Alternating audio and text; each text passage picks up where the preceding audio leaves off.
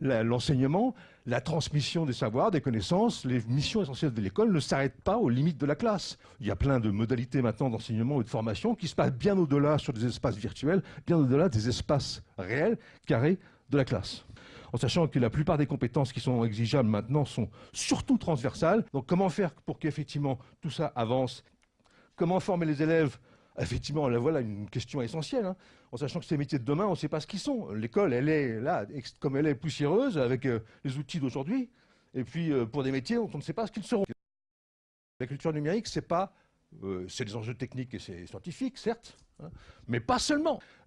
C'est d'abord des compétences qui relèvent d'un humanisme, de l'accès à une citoyenneté. Donc, pour moi, la culture numérique, elle est d'abord et avant tout humaine. Et on le voit, la publication par les élèves pose quelquefois des problèmes. Les compétences nécessaires pour publier doivent être aussi apprises à l'école. Ben voilà, et effectivement, il s'agit d'encourager, mais aussi réguler, bien sûr, l'expression des jeunes. Mais réguler, ça se fait avec eux. Hein. C'est pas en donnant des règles qui sont verticales, mais c'est construire des convenances, construire des règles de fonctionnement qui soient partagées.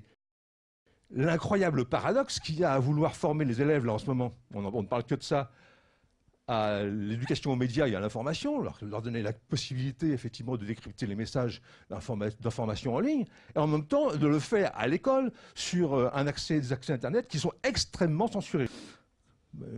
Quand elle ne sait pas, l'éducation, elle s'arrête et puis elle réfléchit. Ça, quand elle évalue, en général, ça veut dire qu'elle ne sait pas faire et qu'elle ne veut pas avancer. Je ne dis pas qu'il ne faut pas évaluer, hein, mais je pense qu'il est possible d'évaluer en marchant. Donc, école numérique. Le thème de mon intervention que j'ai retenu, c'est sommes-nous prêts à changer d'échelle?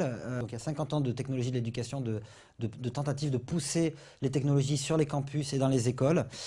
Pour autant, le numérique éducatif, l'école et le numérique, ça n'a jamais pris. Le défi qu'on s'est lancé, est-ce que réellement, ça représente aussi un enjeu industriel? Est-ce qu'on peut enfin faire de l'énorme potentiel de l'apprentissage et du numérique éducatif? Est-ce qu'on peut enfin en faire des solutions, des produits? Est-ce qu'on peut enfin consacrer une entreprise à ça? Numérique éducatif, on met un peu tout dedans, et déjà parce que le périmètre est souvent mal défini. On mélange le e-learning, la formation, le fait d'apprendre avec le numérique, le fait d'enseigner avec le numérique.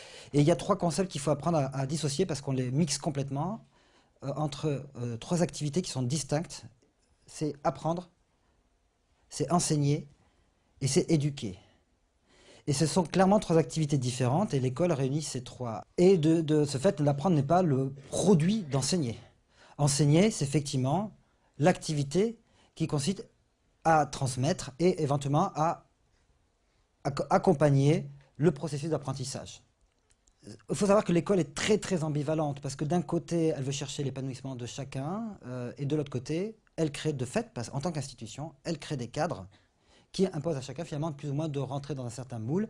L'enseignant s'est retrouvé littéralement exclu du numérique à l'école pendant 35 ans. Il faut rompre avec un certain nombre de mythes qui ont pourri le numérique éducatif ces 30 dernières années et qui sont arrivés à un point extrêmement critique parce qu'aujourd'hui, faute de pouvoir vraiment intégrer le numérique dans les pratiques, que ce soit au niveau opérationnel, au niveau pédagogique, l'école se retrouve en porte-à-faux et se retrouve complètement décalée aujourd'hui avec la réalité du numérique. Il y a aujourd'hui un alignement de planètes qui laisse croire quand même, et avec beaucoup d'optimisme, qu'aujourd'hui, on peut enfin basculer, changer d'échelle, changer dans la manière d'infuser le numérique.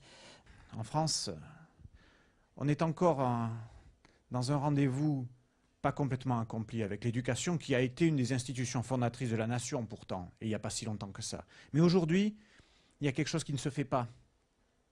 L'éducation, nous y mettons tellement de ressources financières, et d'une certaine manière, on y met tellement peu de moyens. On en attend tellement, sans lui demander précisément. On lui parle, on en parle, mais on ne l'écoute pas.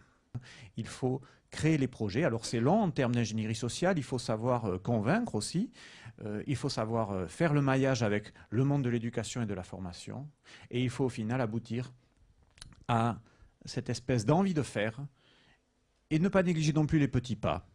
Les tableaux numériques, parfois, sont utilisés pour faire des choses qui ne sont pas très loin d'un magistral magique et revisité. Mais l'étape d'après, c'est de faire de l'interactif, c'est de faire du constructivisme, c'est de rajouter les tablettes, c'est d'aller progressivement vers une variété des usages. On voit aujourd'hui des startups dans le e-learning qui jusque-là peinaient à dégager, qui sont regardées avec attention maintenant par des fonds d'investissement qui sentent, comme l'on dit poétiquement, que la situation est submature. C'est-à-dire que bientôt, le cash va arriver. Donc il y a urgence à créer de la performance et à utiliser le numérique au service des enseignants, des enfants et de l'école. Ce qui se passe aujourd'hui dans les modèles du web, et la plupart d'entre eux, ce n'est pas de vendre 15 € ou 20 € un service à une personne, c'est de le vendre 15 centimes ou gratuit à 100 millions de personnes. C'est cela la bonne échelle. Et le numérique en éducation doit s'inscrire dans cette échelle-là. Si ce n'est que je partage avec ce qui a été dit avant, l'idée que nous avons un enjeu très fort. Nous avons inventé une intelligence non pas artificielle mais collective là-dessus et à aller très vite.